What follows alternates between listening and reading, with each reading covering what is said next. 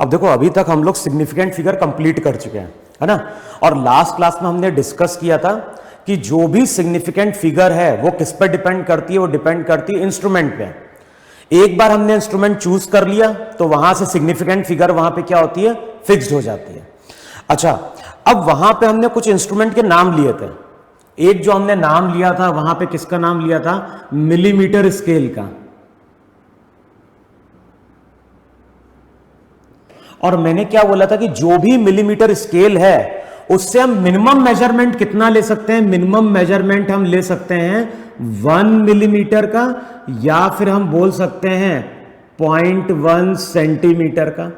देखो एक ही नहीं वहां पे, अगर हम किसी रॉड की लेंथ मान लो मेजर करने जा रहे हैं और रॉड की लेंथ हम मेजर कर रहे हैं किसके थ्रू, मिलीमीटर स्केल के थ्रू, तो मैंने वहां पे क्या बोला था कि ये जो मिलीमीटर स्केल है इससे हम जो सबसे छोटी रीडिंग ले पाएंगे वो ले पाएंगे 1 मिलीमीटर की। अगर हमारे पास कोई ऑब्जेक्ट है जिसकी लेंथ 1 मिलीमीटर से भी छोटी है तो उस केस में इस इंस्ट्रूमेंट का वहां पे यूज नहीं हो पाएगा। फिर दूसरी हमने बात करी थी वहां पे किसकी, वर्नियर स्केल की।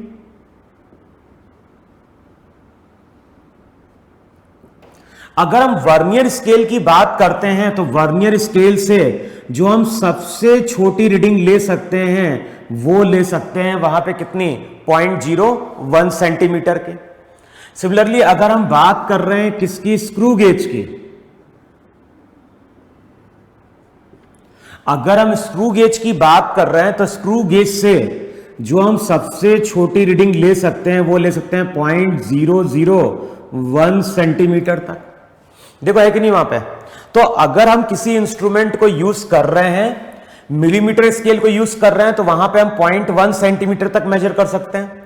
जब वर्नियर स्केल की हम बात कर रहे हैं तो उससे हम मेजर कर सकते हैं कितनी छोटी अमाउंट, 0.01। स्क्रू गेज से हम मेजर कर सकते हैं 0.001। तो नेक्स्ट वहां पे हेडिंग डालो, वहां पे लीस्ट काउंट। सिग्निफिकेंट फिगर में ही मैंने वर्ड यूज किया था और यहां पे हम फिर से वर्ड यूज कर रहे हैं लीस्ट काउंट। अब लीस्ट काउंट को हम क्या डिफाइन करते हैं, लीस्ट काउंट को हम डिफाइन करते हैं कि any instrument can measure up to a certain accuracy and that accuracy is known as its least count. Clear. अगर हम किसी भी इंस्ट्रूमेंट की बात कर रहे हैं तो कोई भी इंस्ट्रूमेंट एक सर्टेन अमाउंट तक क्या कर सकता है, मेजरमेंट ले सकता है। तो वो उस इंस्ट्रूमेंट से जो हम सबसे छोटा मेजरमेंट ले पाते हैं उसी को वहां पे हम क्या बोलते हैं, लीस्ट काउंट बोलते हैं। तो लीस्ट काउंट की डेफिनेशन लिख लो वहां पे। लीस्ट काउंट को हम क्या डिफाइन कर रहे हैं, एवरी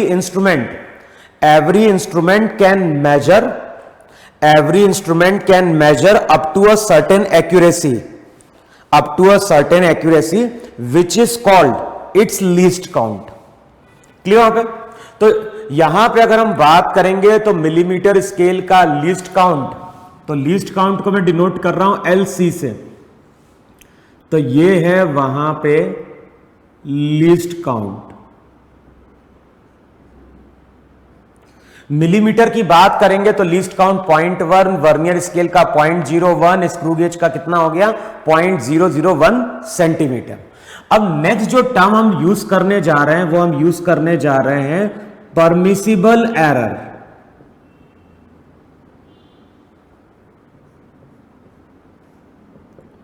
अब परमिसिबल एरर है क्या और आता क्यों है, तो ध्यान रखना, परमिसिबल जो एरर आता है वो आता है इंस्ट्रूमेंट की लिमिटेशन के कारण। जैसे मैंने क्या बोला था, मैंने बोला था वहां पे कि अगर हम मिलीमीटर स्केल यूज कर रहे हैं और मिलीमीटर स्केल से हमने किसी रॉड की लेंथ को क्या किया, मेजर किया, और मान लो हमें रीडिंग दिखाई दी कितनी, 2.2 सेंटीमीटर। अगर यहां पे हम वर्नियर स्केल लेंगे तो होता है रीडिंग कहां मिल जाए, 2.23। स्क्रू गेज के थ्रू मेजर कर रहे हो तो होता है 2.234 हो जाएगी वहां पे। अब मैंने वहां पे क्या बोला था कि जब हम 2.2 सेंटीमीटर रीडिंग लेते हैं तो ये रीडिंग तो मैंने लिए, हो सकता है कोई दूसरा पर्सन आए और वो यहां पे रीडिंग ले ले कितनी, 2.1। हो सकता है कोई दूसरा पर्सन आए और वो रीडिंग ले ले वहां पे 2.3। लेकिन अगर मैं बोलता हूं कि कोई एक और पर्सन आया और उसने रीडिंग ले ली 2.6 सेंटीमीटर सेम रॉड की, तो हम क्या बोलते हैं, ये मेजरमेंट अलाउड नहीं है। तो मैक्सिमम परमिसिबल एरर का मतलब क्या होता है, मैक्सिमम परमिसिबल एरर का मतलब होता है कि वो एरर रीडिंग में जो इंस्ट्रूमेंट के कारण हम क्या कर सकते हैं, अलाउ कर सकते हैं। जैसे ये जो इंस्ट्रूमेंट है, ये इंस्ट्रूमेंट 0.1 सेंटीमीटर तक रीड कर सकता है। तो जब भी हम मैक्सिमम, जब हम परमिसिबल एरर की बात करते हैं तो वहां पे हम वर्ड यूज करते हैं मैक्सिमम परमिसिबल एरर। और मैक्सिमम परमिसिबल एरर हमेशा इंस्ट्रूमेंट के लीस्ट काउंट के बराबर होता है। जैसे मैं तुमसे बोल रहा हूं कि यहां पे हमने रॉड की लेंथ मेजर करी 2.2, अब मान लो कोई दूसरा पर्सन आए 2.1 बोलेगा तो हम बोलेंगे अलाउड है, 2.3 अलाउड है। लेकिन अगर कोई बोलता है कि रॉड की लेंथ मैंने 2.6 ली है तो वह अलाउड नहीं है, तो हम क्यों बोल पा रहे हैं, तो हम क्या बोल रहे हैं कि किसी भी इंस्ट्रूमेंट का जो लीस्ट काउंट होता है वही हमारा क्या है, मैक्सिमम परमिसिबल एरर है जो यहां पे अलाउड है। इसका मतलब है कि यहां पे अगर मैंने कोई रीडिंग ली है, यहां पे अगर मैंने कोई रीडिंग ली है तो वो रीडिंग में क्या लिखूंगा, 2.2 प्लस माइनस 0.1। इतने का एरर हम मेजरमेंट में क्या कर सकते हैं, अलाउ कर सकते हैं। क्लियर हुआ? तो ये जो एरर आ रहा है, ये एरर आ रहा है किसके कारण, ये आ रहा है इंस्ट्रूमेंट की लिमिटेशन के कारण, क्योंकि ये इंस्ट्रूमेंट 0.1 सेंटीमीटर से छोटा मेजर नहीं कर सकता है। तो याद क्या रखना है, कितना एरर हम अलाउ कर सकते हैं किसी रीडिंग को लेते वक्त। तो किसी रीडिंग को लेते वक्त हम जो एरर अलाउ कर सकते हैं वो उसके लीस्ट काउंट के बराबर होता है। तो डेफिनेशन लिख लो वहां पे मैक्सिमम परमिसिबल एरर की। तो maximum permissible error in a measure quantity, लिखो वहां पे maximum permissible error, maximum permissible error in a measure quantity is always equal to least count of the instrument.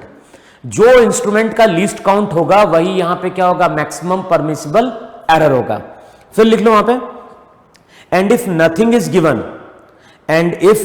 Is given about least count, and if nothing is given about least count, then maximum permissible error is equal to place value of the last number.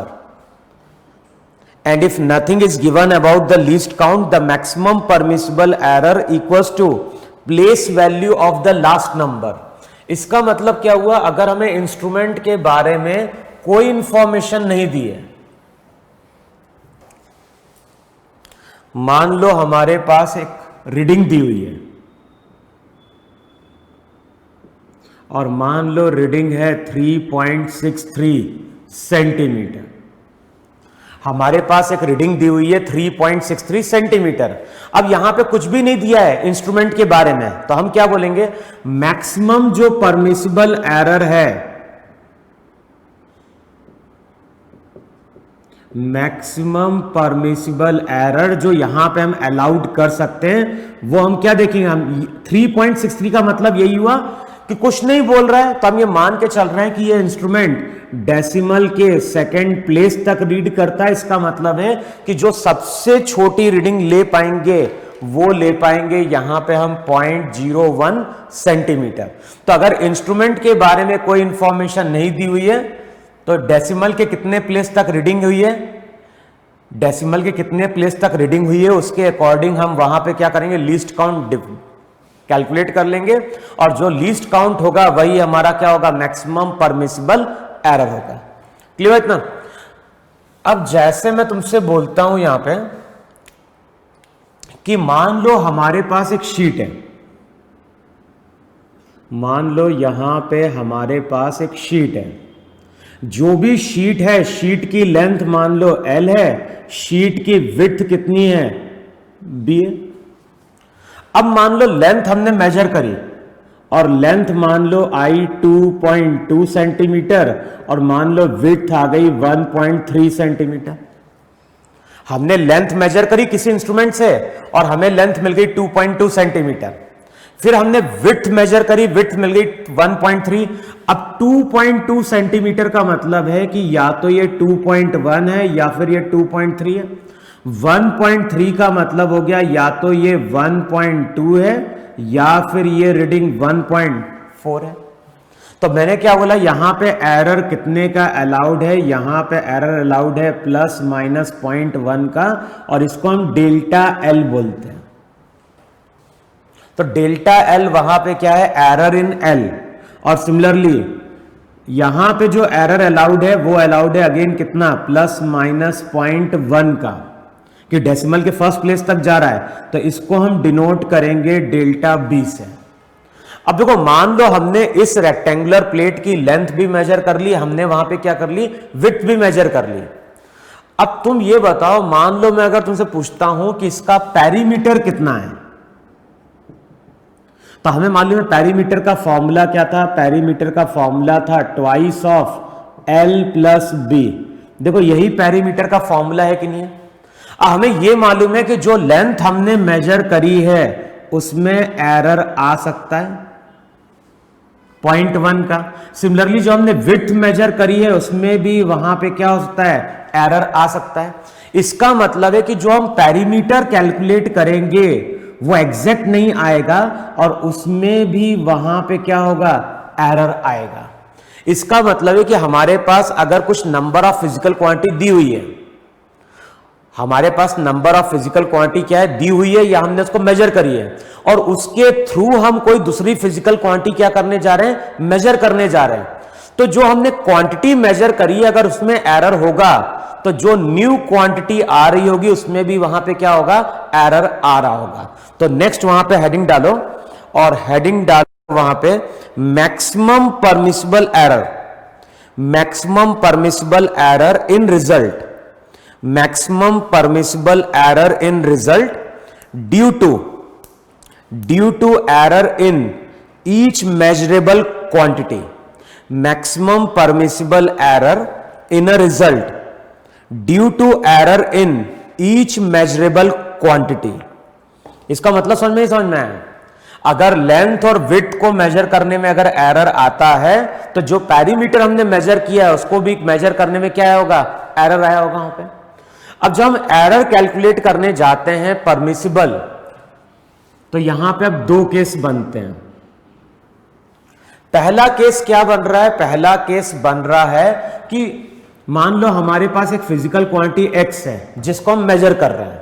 अब इसमें error कितने का allowed है, plus minus delta x का। मान लो y जो physical quantity है उसमें एरर अलाउड है कितने का, प्लस माइनस डेल्टा y का। अब हमारे पास एक फिजिकल क्वांटिटी f है जो किस पर डिपेंड कर रही है, x square plus Y square पे। तो x एक फिजिकल क्वांटिटी है, y एक फिजिकल क्वांटिटी है, दोनों को हमने मेजर किया है, और इसके थ्रू हम क्या मेजर करने जा रहे हैं, इसके थ्रू हम मेजर करने जा रहे हैं अनदर फिजिकल क्वांटिटी कितना, f। अब बताओ मुझे यहां पे, अच्छा स्क्वायर नहीं है, एक मिनट रुको, इसको यहां पे हम बोल रहे हैं f को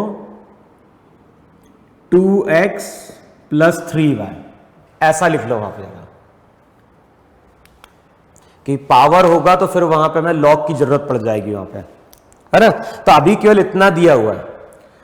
क्वेश्चन में क्या बोल रहा है, बोल क्या रहा है यहां पे, हमारे पास एक फिजिकल क्वांटिटी x है, दूसरी फिजिकल क्वांटिटी क्या है, y है। इन दोनों के थ्रू हम क्या कर रहे हैं, new physical quantity f calculate कर रहे हैं। अगर x को मेजर करने में एरर आ रहा है, y को मेजर करने में एरर आया है, तो जो f हमने कैलकुलेट किया है उस f में भी क्या होगा, एरर आ रहा होगा वहां पे।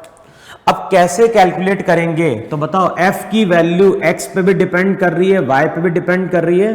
तो मेथड क्या है, डिफरेंशिएट कर दो किसके रेस्पेक्ट में, या तो विथ रेस्पेक्ट टू x या विथ रेस्पेक्ट टू y। अब डिफरेंशिएट करोगे तो ये हो जाएगा df बाय dx, f का हो गया df बाय dx, 2 तो कांस्टेंट, x का 1, फिर यहां पे 3 कांस्टेंट है, y का क्या हो जाएगा, y का हो जाएगा वहां पे dy बाय dx। देखो है कि नहीं है वहां पे, तो जो भी y है y की जगह लिख दो वहां पे कितना, dy बाय dx। अब अगले स्टेप में dx से मल्टीप्लाई करो तो df equals to 2dx plus 3dy। अब याद होगा dx dy क्या रिप्रेजेंट करता है? dx dy रिप्रेजेंट करता है very small change in x। तो x की वैल्यू में कितना चेंज पॉसिबल है? तो x की वैल्यू में 0.1 का चेंज पॉसिबल है। तो अगर फाइनाइट होता है तो यही सिंबल बन जाता है delta f equals to 2 delta x plus क्या हो गया 3 delta y।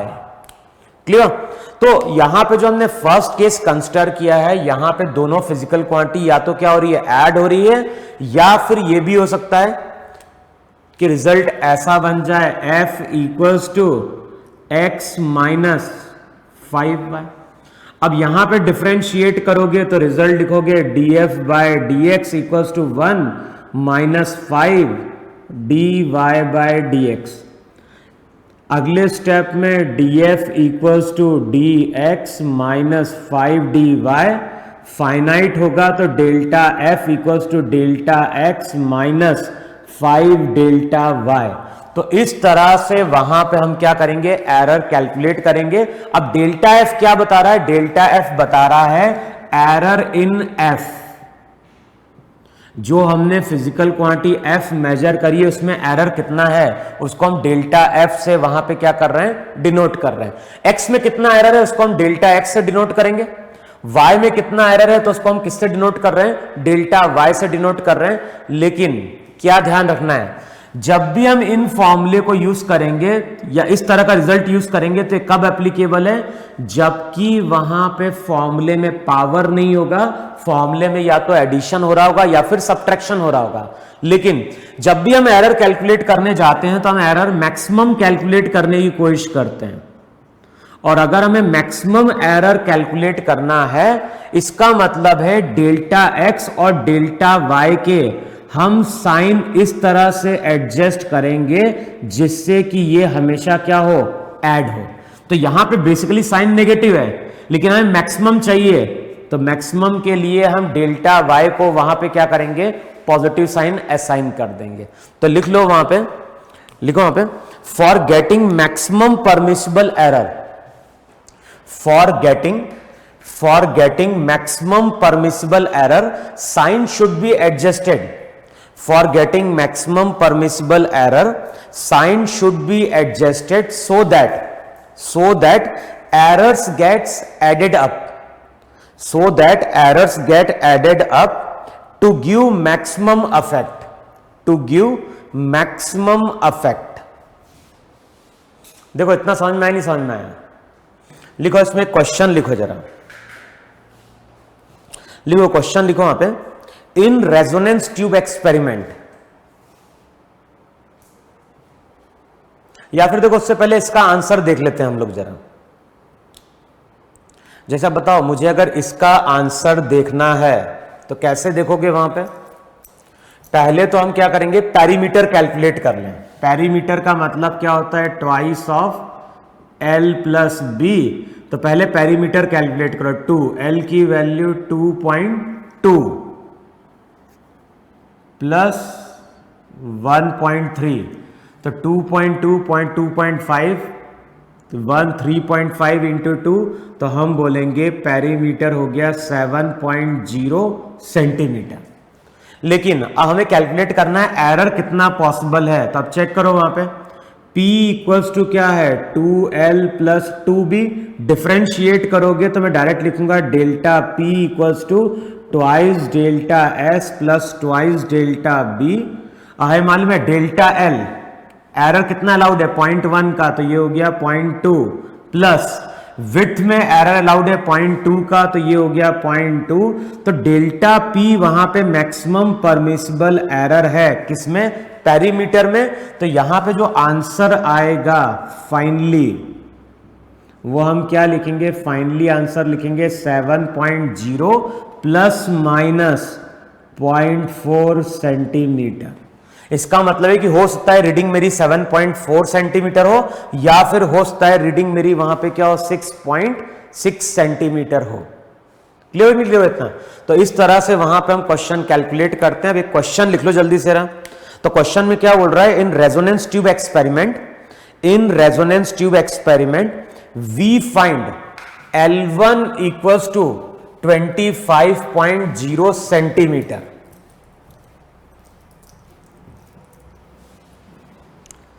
In resonance tube experiment we find L1।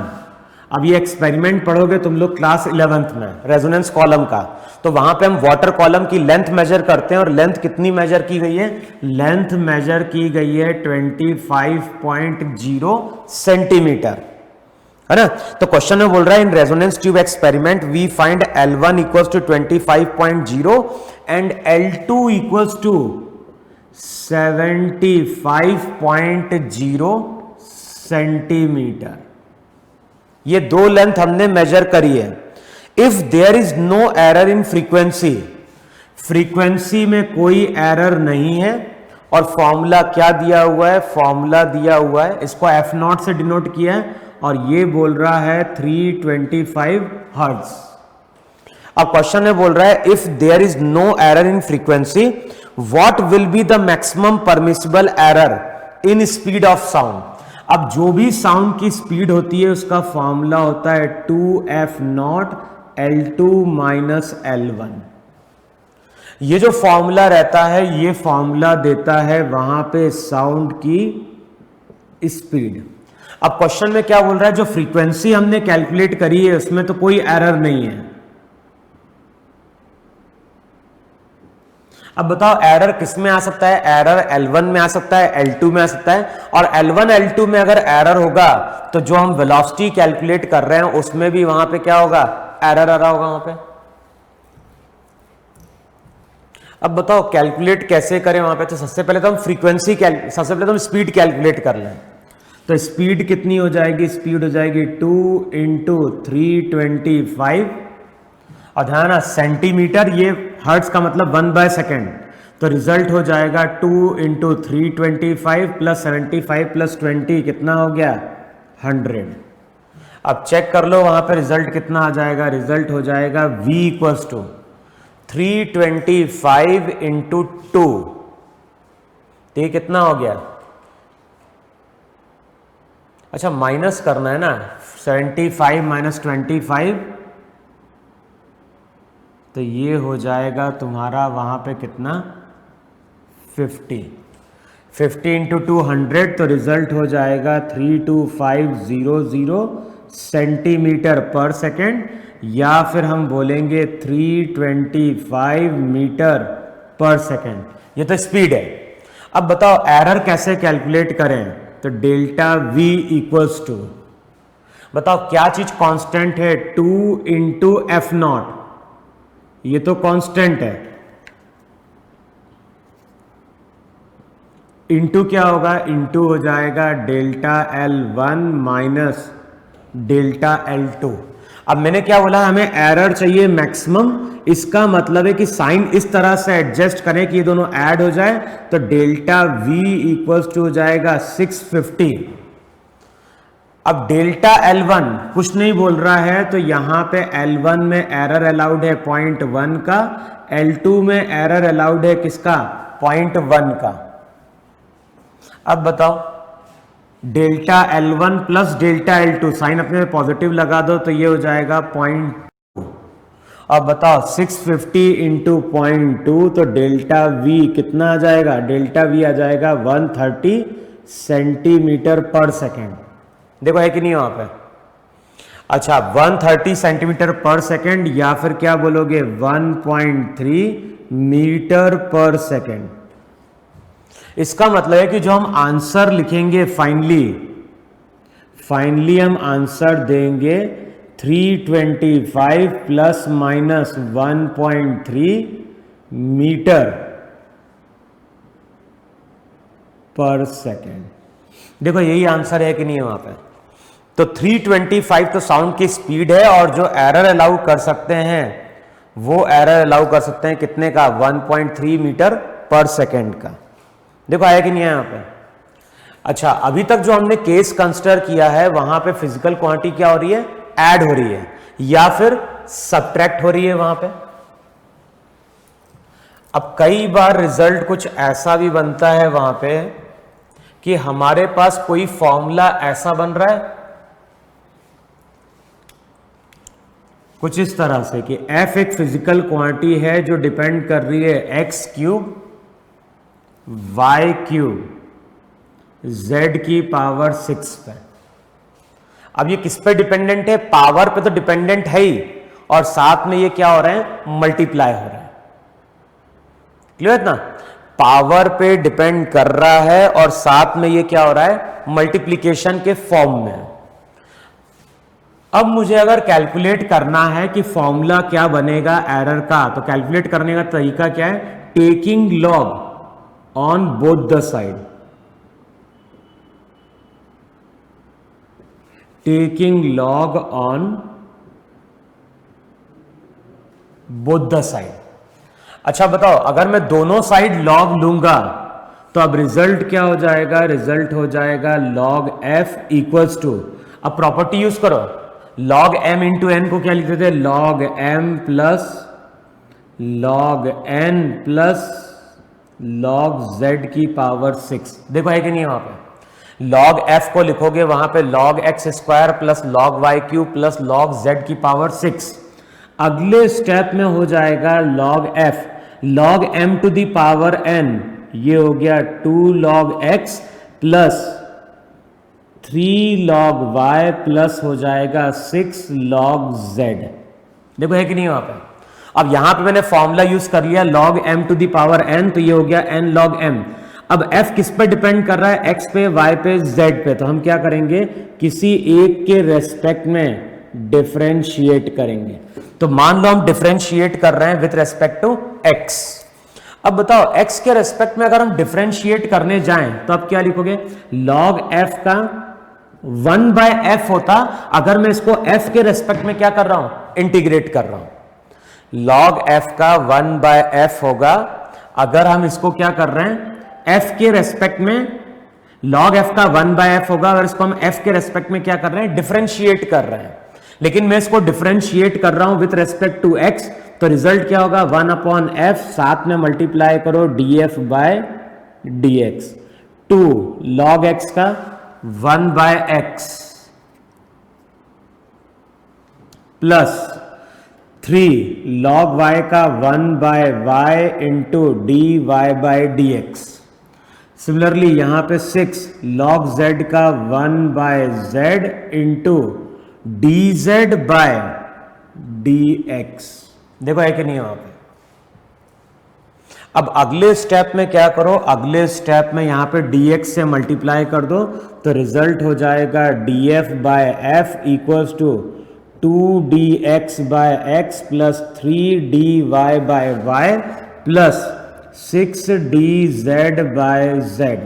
तो हम डायरेक्ट फॉर्मूला क्या लिख रहे हैं? डायरेक्ट फॉर्मूला बन रहा है डेल्टा f इक्वल्स टू का twice of delta x by x plus 3 times delta y by y plus 6 times delta z by z। तो इस तरह से वहां पे हम क्या करते हैं? इस तरह से वहां पे हम एरर क्या कर रहे होंगे? कैलकुलेट कर रहे होंगे। अब ध्यान ना, डेल्टा x क्या है? डेल्टा x है एरर इन x, और x तो क्या हो गई? ओरिजिनल मेजरमेंट होगा वहां पे। तो इस फॉर्मूले को हम यूज करेंगे तो हमें किसकी वैल्यू मिल जाएगी? डेल्टा f की। अब सॉल्व करने का तरीका तो यही है कि लॉग लो, लेकिन मैं बोल रहा हूं डायरेक्ट तरीका क्या है? मान लो क्वेश्चन में बोल रहा है f equals to a to the power 10, b to the power 8, c की पावर 12।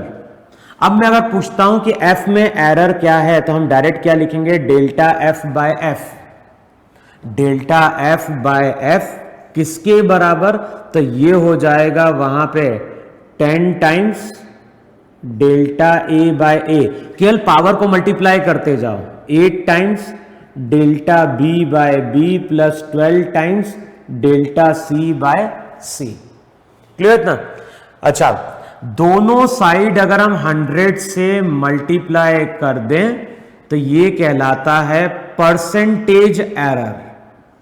अगर इसको हम दोनों साइड मल्टीप्लाई कर दें 100 से, तो delta f by f into 100, इसको हम बोलते हैं वहां पे परसेंटेज एरर। क्लियर ना? तो इस तरह से वहां पे हम क्या करते हैं? कैलकुलेट करते हैं। फिर एक चीज और ध्यान दो वहां पे, अगर मान लो कोई फॉर्मूला है फिजिकल क्वांटिटी कैलकुलेट करने का, और मान लो फॉर्मूला कुछ इस तरह से, F equals to 3x² y³। अब ध्यान ना, 3 कांस्टेंट है जो मल्टीप्लाई हो रहा है। अब होगा क्या, फिर से लॉग लो दोनों साइड, तो log F equals to log 3 log x² plus क्या हो गया log y³। फिर अगले स्टेप में हो जाएगा log F equals to log 3 plus 2 log x plus 3 log y।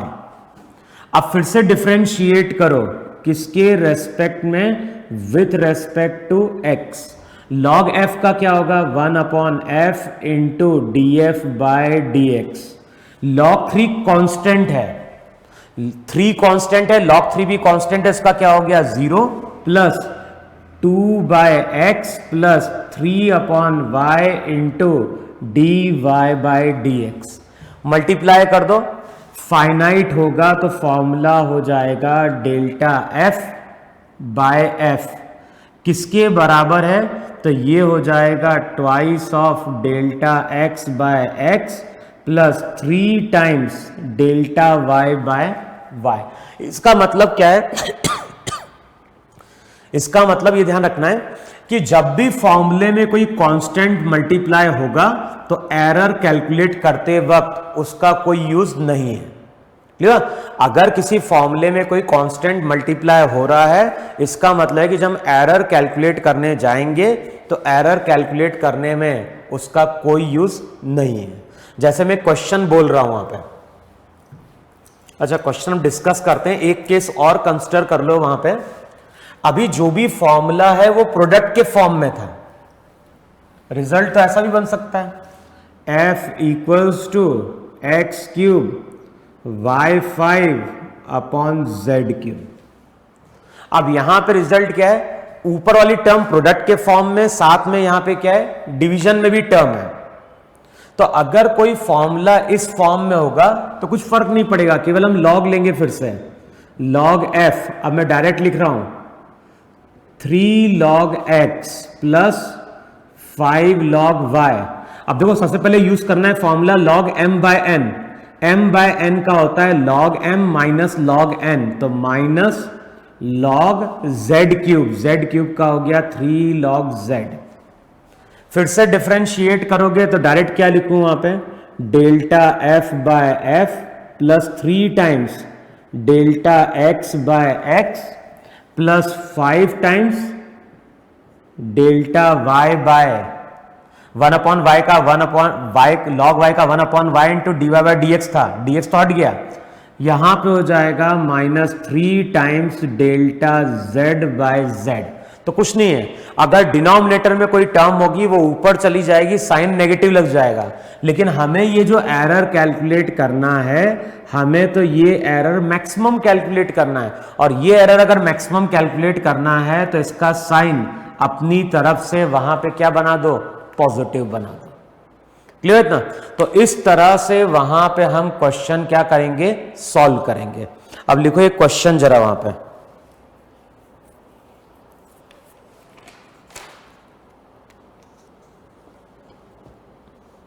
देखो चेक करो क्वेश्चन में क्या बोल रहा है, in Ohm's law experiment potential drop across a resistance was measured as. तो ओम्स लॉ एक्सपेरिमेंट है जिसमें हमने पोटेंशियल डिफरेंस मेजर किया है और V की वैल्यू दी हुई है 5.0 वोल्ट। अच्छा, and current was measured as, और जो करंट मेजर किया गया है उसकी वैल्यू दी हुई है 2.0 ampere, and the current was measured as 2.0 ampere. अच्छा, अब ये बताओ मुझे यहां पे करंट जो है ना, करंट जो दे रहा है वो दे रहा है 2.00, करेक्शन करो जरा, करंट दे रहा है वो दे रहा है 2.00 एम्पेयर। कैलकुलेट क्या करना है, कैलकुलेट करना है वहां पे, then find the maximum permissible error in resistance. तो बताना है कि रेजिस्टेंस में मैक्सिमम परमिसिबल एरर कितना पॉसिबल है। अब बताओ क्या लिखोगे वहां पे मैक्सिमम परमिसिबल एरर के लिए। तो पहले हमें फॉर्मूला याद है V equals to I R, तो R की वैल्यू हो गई V अपॉन I। तो पहले तो कैलकुलेट कर लो V अपॉन I, तो V अपॉन I का मतलब हो गया 5.0 अपॉन 2.0, तो रिजल्ट हो जाएगा 2.5 ओम। देखो है कि नहीं यहाँ पे, तो जो रेजिस्टेंस हो जाएगा वो रेजिस्टेंस हो जाएगा वहां पे 2.5 ओम। अब एरर कैलकुलेट करना है, तो एरर का फॉर्मूला क्या था, delta R by R equals to क्या लिखोगे, delta V by V minus delta I by I. अब अगले स्टेप में क्या हो जाएगा, रिजल्ट हो जाएगा delta R upon 2.5 delta V by V. बताओ वी में एरर कितने का पॉसिबल है, 0.1 का, और करंट में जो एरर पॉसिबल है वो पॉसिबल है 0.01 का। चेक करो, यहां पे डेसिमल का फर्स्ट प्लेस, यहां पे डेसिमल का सेकंड प्लेस, तो रिजल्ट क्या होगा, डेल्टा वी बाय वी, फिर क्या होगा, माइनस की जगह प्लस लेना है क्योंकि मैक्सिमम चाहिए, फिर हो जाएगा डेल्टा आई अपॉन आई। अब इसको अगर सॉल्व करोगे तो कैलकुलेशन अब तुम्हें चेक करना है, जो डेल्टा आर आता है, अच्छा साथ में दोनों साइड क्या कर दो, ये तो डेल्टा आर देगा वहां पे, यहां से डेल्टा आर की वैल्यू मिलेगी। दूसरा तरीका क्या है, दूसरा तरीका है वहां पे कि इसको आर एज इट इज लिखे रहने दो, इस साइड 100 मल्टीप्लाई कर दो, इस साइड क्या कर दो 100 मल्टीप्लाई कर दो, तो हमें परसेंटेज एरर मिलेगा। और चेक करना जो परसेंटेज एरर आता है वो आता है 2.5%। देखो चेक करना, तो अब जो आंसर रहेगा मेरा, तो आंसर मेरा क्या रहेगा, आंसर रहेगा 2.5 प्लस माइनस 2.5% ओम। चाहो तो यहां से हम डेल्टा आर की वैल्यू निकाल लें, तो यहां पे हम ऐसा भी लिख सकते हैं 2.5 प्लस माइनस क्या हो गया डेल्टा आर। तो दोनों तरह से वहां पे हम क्या लिख सकते हैं, रिजल्ट लिख सकते हैं। वहां पे लिखो, इसमें क्वेश्चन लिखो जरा,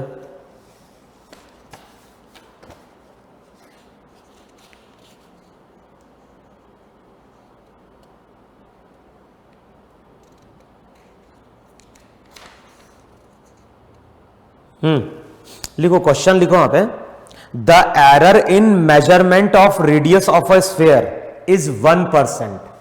the error in measurement of radius of a sphere is 1%। Find the percentage error in the measurement of volume. तो बताना है कि वॉल्यूम जो हम मेजर करेंगे उसमें कितने का एरर आ सकता है। अच्छा एरर किसमें दिया हुआ है, वहां पे क्वेश्चन में क्या दिया था, if the percentage error, the error in measurement of radius of a sphere is 1। तो अगर रेडियस तुम्हारा आर है तो परसेंटेज का मतलब हो गया delta R by R into 100, ये तुम्हारा 1% है। हमें कैलकुलेट क्या करना है, हमें कैलकुलेट करना है percentage error in volume. Volume क्या हो गया, वॉल्यूम हो गया 4/3 पाई आर क्यूब। और मैंने क्या लिख पाया था कि जब भी हम एरर कैलकुलेट करने जाएंगे कांस्टेंट का कोई यूज नहीं है, तो हम लिखेंगे डेल्टा वी बाय वी, इसका क्या हो जाएगा 3 times delta R by R. देखो पावर मल्टीप्लाई हुई थी नहीं हुई थी, इंटू यहां पे कर दो 100% इंटू 100, तो अगले स्टेप में हो जाएगा 3%। तो 3% हमारा क्या है, एरर है जो वॉल्यूम में आ सकता है। किसके एरर के कारण, रेडियस के एरर के कारण। क्लियर है इतना? अच्छा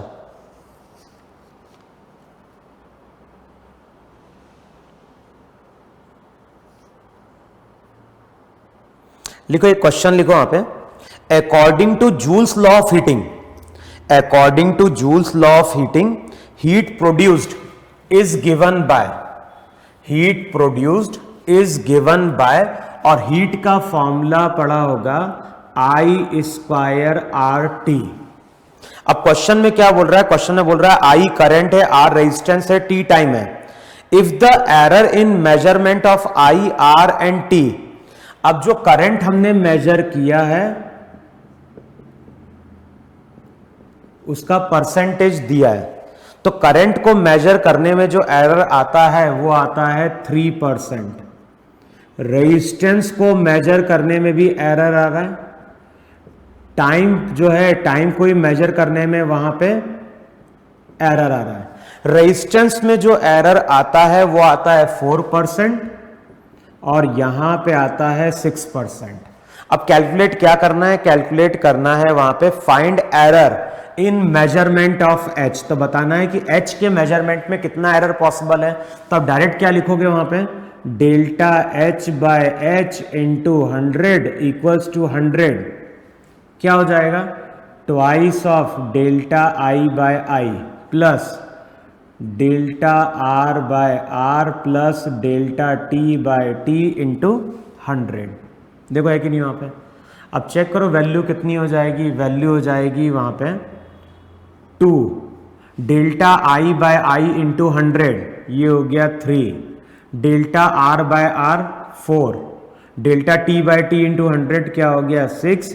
तो रिजल्ट वहां पे आएगा 16% यहां पे एरर आ सकता है, किसमें, जो हमने हीट प्रोड्यूस्ड क्या करी है, कैलकुलेट करी है।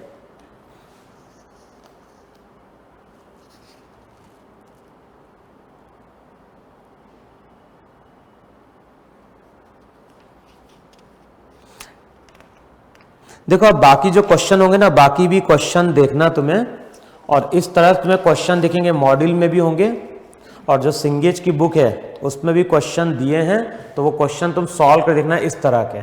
मैंने परसेंटेज एरर दिया, कुछ क्वेश्चन होंगे जहां पे क्या होगा, केवल डेल्टा एच कैलकुलेट करने के लिए बोलता है, तो वहां पे फिर कैलकुलेशन आ जाता है कि एच की वैल्यू पुट करोगे, आई आर टी की वैल्यू पुट करोगे, तब जाके वहां पे क्या होगा, डेल्टा एच मिल रहा होगा। क्लियर ना। अच्छा अब यहां पे अभी हम किसकी बात कर रहे हैं, यहां पे हम बात कर रहे हैं एरर की। लेकिन ये एरर किसके कारण बना है, ये एरर बना है इंस्ट्रूमेंट के कारण। जैसे मैंने तुमसे क्या बोला कि अगर मैंने रॉड की लेंथ ली और रॉड को हमने मेजर किया किससे, मिलीमीटर स्केल से, और मान लो हमारी रीडिंग कितनी आ गई, हमारी रीडिंग आ गई वहां पे 6.2 सेंटीमीटर, 0.1 तक रीड करता है। तो अगर मैं बोल रहा हूं कि यहां पे हमने रॉड की लेंथ मेजर करी है 6.2 सेंटीमीटर, इसका मतलब है या तो ये 6.1 है या फिर ये क्या है 6.3 है। देखो है कि नहीं वहां पे, या तो ये 6.1 होगा या फिर ये यहां पे क्या होगा 6.3 होगा। देखो है कि नहीं वहां पे।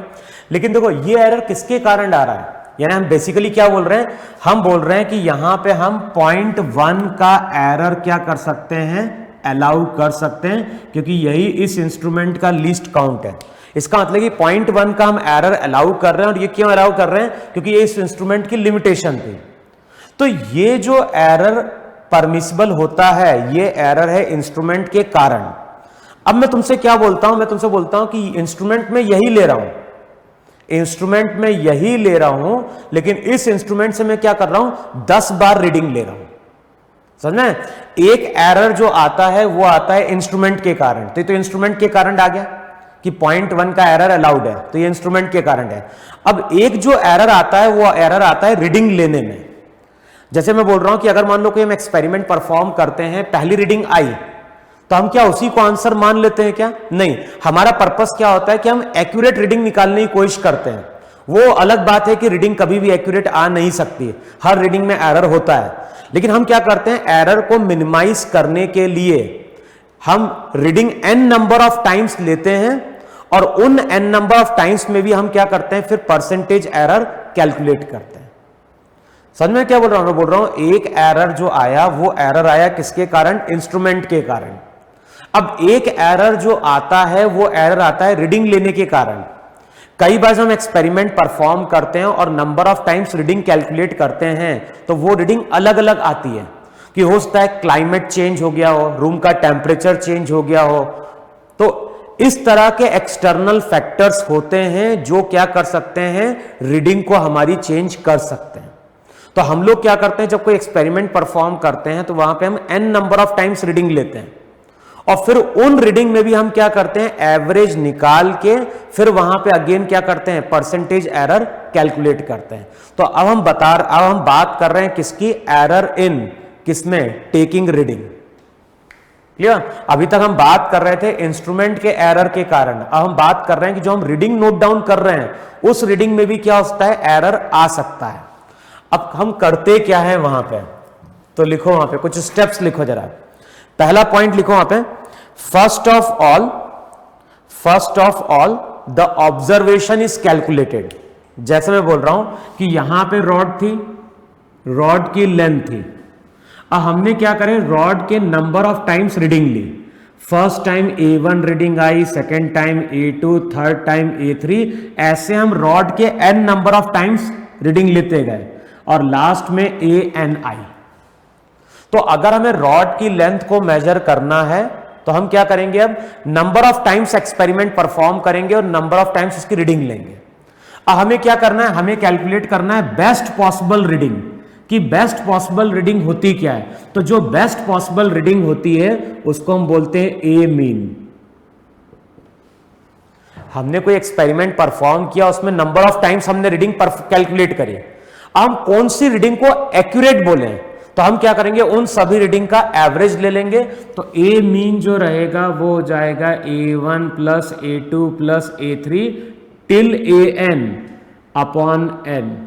ये जो रहेगा ये हमें क्या दे देगा, ये हमें दे देगा वहां पे बेस्ट पॉसिबल रीडिंग। तो फर्स्ट पॉइंट क्या बोल रहा है, first of all mean of all the observation is calculated. The mean of these value is taken as best possible values of the quantity under given condition of measurement।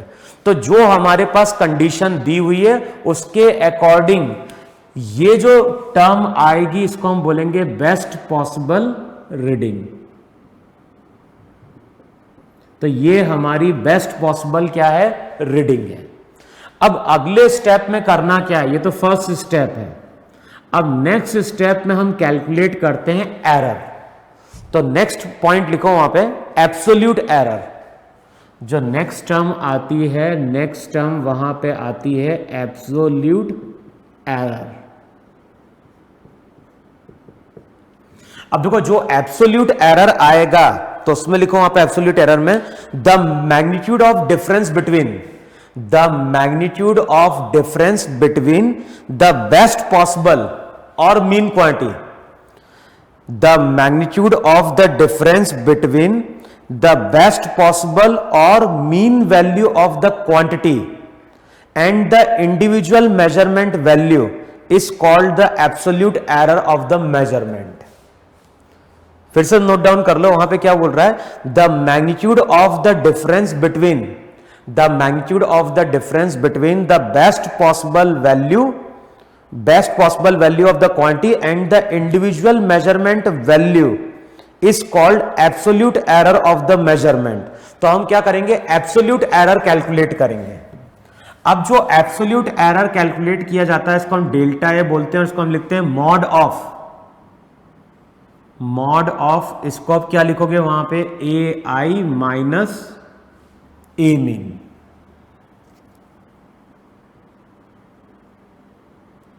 तो सबसे पहले हमने क्या करा, नंबर ऑफ टाइम्स रीडिंग ली, reading का average लिया, average से हमें बेस्ट पॉसिबल वैल्यू मिल गई। अब इस बेस्ट पॉसिबल वैल्यूज के साथ इन क्वांटिटीज का क्या एरर है उसको जो हम कैलकुलेट करते हैं उसी को हम एब्सोल्यूट एरर बोलते हैं। तो यहां पे वैल्यू क्या हो जाएगी, यहां पे वैल्यू हो जाएगी mod of A1 minus A mean, फिर यहां पे हो जाएगा mod of A2 minus A mean, यहां पे हो जाएगा mod of A3 minus A mean, इस तरह से रीडिंग वहां पे हमारी चलती रहेगी। इसको आप बोल दो वहां पे डेल्टा A1, डेल्टा A2, वहां पे हो गया डेल्टा A3। तो इस तरह से हम क्या करेंगे, हर रीडिंग में एरर कैलकुलेट करेंगे। क्लियर था? अब मैंने अगर हर रीडिंग में एरर कैलकुलेट कर लिया है तो नेक्स्ट स्टेप जो होता है वो होता है एरर की मीन वैल्यू कैलकुलेट करना। तो अगले स्टेप में हम क्या करेंगे, एरर की मीन वैल्यू कैलकुलेट करेंगे। तो लिखो वहां पे नेक्स्ट स्टेप।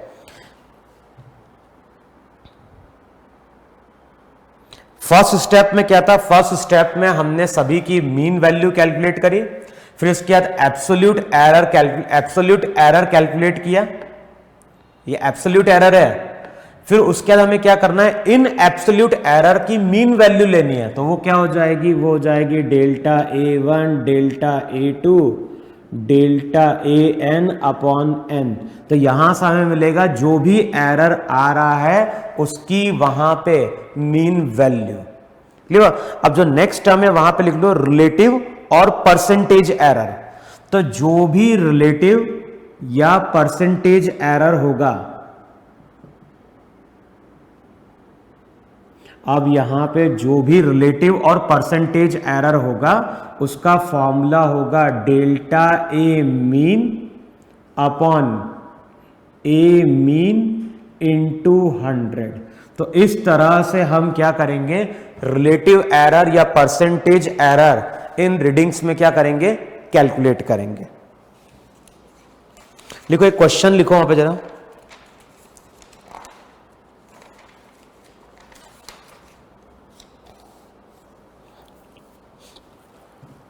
अब लिखो क्वेश्चन में क्या बोल रहा है,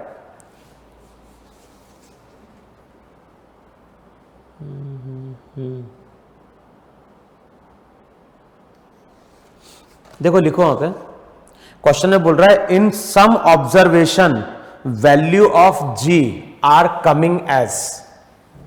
तो हमने कोई एक्सपेरिमेंट परफॉर्म किया है और उसके थ्रू हमने G की वैल्यू क्या करी है, कैलकुलेट करी है। अब नंबर ऑफ टाइम्स हमने रीडिंग ली है। जो पहली रीडिंग आई है वो आई है 9.81, फिर रीडिंग आ रही है 9.80, 9.82, तीसरी रीडिंग। जो चौथी रीडिंग है 9.79, फिर 9.78, फिर इसके बाद 9.84, 9.79 है ना, फिर 9.78, 9.79 और लास्ट में 9.80। चेक करो 10 रीडिंग है कि नहीं है। 6, 7, 8, 9, 10। तो ये हमारी वहां पे क्या है, 10 रीडिंग है। अब क्वेश्चन में कैलकुलेट क्या करना है, क्वेश्चन में कैलकुलेट करना है, calculate the absolute error, calculate the absolute error and percentage error in G। Calculate the absolute error and percentage error in G। तो सबसे पहले क्या करेंगे, सबको हम ऐड करेंगे, इन सब क्वांटिटीज को हम ऐड करेंगे और डिवाइड करेंगे किससे, 10 से। तो अब तुम्हें कैलकुलेट करके देखना है, ये जो वैल्यू आएगी वो आती है 9.80 और इसको हम बोलेंगे कि ये G की कौन सी वैल्यू है, मीन वैल्यू है। उसके बाद अब क्या कैलकुलेट कर रहे हैं, डेल्टा G में एरर, तो वो हो जाएगा mod of G minus G mean. तो जो भी इंडिविजुअल रीडिंग है उसको अब क्या करो, सब्ट्रैक्ट करो और यहां से अब हम कैलकुलेट करेंगे डेल्टा G की मीन वैल्यू। अब करके देखना है, वहां पे सबको ऐड करो, डिवाइडेड बाय 10 कर देना। जो डेल्टा G आता है वो आता है 0.014। अब मैं कर नहीं रहा हूं, तुम्हें करके देखना है। यहां पे क्या हो जाएगा, मॉड ऑफ 9.81 माइनस 9.80, फिर यहां पे हो जाएगा 9.80 मॉड ऑफ 9.80। तो इस तरह से रीडिंग लेते जाओ और सबका वहां पे हमें क्या लेना है, सबका वहां पे हमें मीन लेना है। यही मेरा क्या हो गया, एब्सोल्यूट एरर हो गया। तो एक पार्ट में कैलकुलेट करना है एब्सोल्यूट एरर, दूसरे में कैलकुलेट करना है परसेंटेज एरर। तो परसेंटेज जो एरर रहेगा वो हो जाएगा 0.014 divided by G mean into 100। और इसको जब सॉल्व करोगे तो एक बार चेक करना, ये वैल्यू देता है मेरे को 0.14% अप्रोक्सीमेटली। तो चेक करना इतना आता है कि नहीं आता है। तो हमारा जो भी आंसर रहेगा, आंसर क्या हो जाएगा, आंसर हो जाएगा 9.80 प्लस माइनस 0.14%। तो इस तरह से हम क्या करते हैं, नंबर ऑफ जो रीडिंग्स ली हैं उसमें हम एरर क्या करते हैं, कैलकुलेट करते हैं। क्लियर हो इतना। तो एरर जो रहता है, एरर से एग्जाम में पूछा जाता है और कई बार इनफेक्ट पूछा जा चुका है। एरर से भी पूछा जाता है, यूनिट एंड डायमेंशन से पूछा जाता है, सिग्निफिकेंट फिगर से पूछा जाता है। तो ये तुम मान के चलो कि जो टॉपिक है unit and dimension, significant figure और हमारा एरर, इनसे एटलीस्ट हमें 2 क्वेश्चन तो आते ही आते हैं। तो इन टॉपिक को हमें अच्छे से करना है और जो भी अब तुम्हारे पास बुक्स हैं उससे अब जो भी न्यूमेरिकल मिल रहे हैं एरर के या फिर सिग्निफिकेंट फिगर के या यूनिट एंड डायमेंशन को, उनको आप सॉल्व करके अच्छे से देख लो। अगली जो क्लास आएगी, अगली क्लास में हम लोग स्टार्ट कर रहे होंगे काइनेमेटिक्स। क्लियर है ना। वर्नियर कैलिपर और स्क्रू गेज हम लोग बाद में पढ़ेंगे। तो अभी हम लोग स्टार्ट करेंगे नेक्स्ट चैप्टर किससे, काइनेमेटिक्स से। तो उससे पहले ये सब चीजें तुम्हें वहां पे क्या करना है, रिवाइज करके और सॉल्व करके रखनी है। ठीक है, तो नोट डाउन कर लो इतना।